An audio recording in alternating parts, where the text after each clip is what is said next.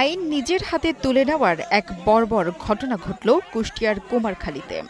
সামান্য কোরবানির মাংস চুরির অভিযোগে এক নারীকে গাছে বেঁধে শুধু মারধরই নয়, কেটে দেওয়া হয়েছে তার মাথার চুল।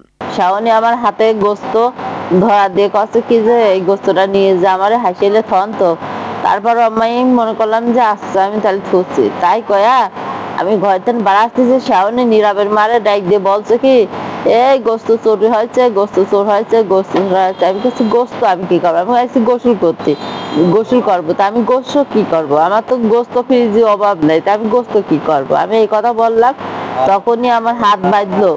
হাত বাঁধে তারপর হইলে ওই বাড়ির মহিলা টইলারে ডাইকে নিয়ে আসে, মানে ওরা সব এক গ্রুপ হয়েছে, হয়ে আসে আমার শাকুন হইলে মারেছে।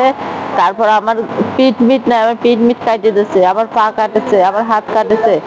মাংস চুরির অভিযোগে রিনা খাতুন নামে এক নারীকে গাছে বেঁধে মারধরের পর তার মাথার চুল কেটে দেওয়া হয়। উপজেলার শিলাইদহ ইউনিয়নের মির্জাপুরে ঘটে এ ঘটনা। ৯ তারিখ রাত ১০টার দিকে এসব ঘটনার কয়েকটি ভিডিও ক্লিপ ফেসবুকে ছড়িয়ে পড়লে ব্যাপক ভাইরাল হয়। ভুক্তভোগী ওই নারী বর্তমানে উপজেলার স্বাস্থ্য কমপ্লেক্সে চিকিৎসাধীন রয়েছেন। তার শরীরের একাধিক স্থানে আঘাতের চিহ্ন এবং মাথার চুল কাটা। ভাইরাল ভিডিওতে স্থানীয়দের ব্যাপক উপস্থিতি এবং ভুক্তভোগীর সাথে অন্যায় আচরণ দেখা গেলেও ক্যামেরার সামনে সুস্পষ্ট কোনো বক্তব্য দিতে পারেননি কেউই। চুল কাটাতে মানুষটা এইখানে বড়াই দেখেন তারা কাটাতে হইতেন এখানে না মারি নাই, না মারি না, আসলে চুল কাটা দেখছেন মারি নাই, মারবে চাইছিল ওই বিটিরা ঘরের দিক দিলা হয়েছিল। চুল কাটাতে দেখেন আমরা কাটেছে কিনা, হ্যাঁ কাটেছে। এই ঈদে জামা জুতো অ্যাকসেসরিজের ডিসকাউন্ট।